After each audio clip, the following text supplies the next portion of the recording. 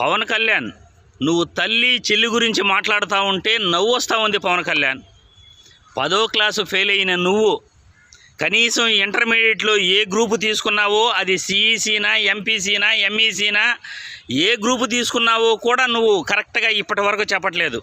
ఒక్కొక్క చోట ఒక్కొక్క మాట చెప్తుంటావు. అలాంటిది తల్లి చెల్లి గురించి జగనన్నపై నువ్వు విమర్శలు చేస్తుంటే నవ్వు వస్తూ ఉంది.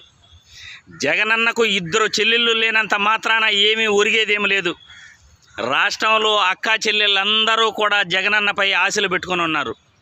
అక్కా చెల్లెమ్మల ఖాతాలో ఈ 4 సంవత్సరాలలో 2.70 లక్షల కోట్లు డైరెక్ట్గా అవినీతి లేకుండా జమ చేసిన వ్యక్తి జగనన్న. ఇంతకన్నా దేశంలో ఏ ఒక్కరూ కూడా అక్కా చెల్లెమ్మలకు మంచి చేసి ఉండరు అనేది పవన్ కళ్యాణ్ నువ్వు తెలుసుకోవాలి. మీ తల్లిని చెల్లిని కనీసం నువ్వు ఇంట్లో పెట్టుకుని ఒక్క పూట భోజనం కూడా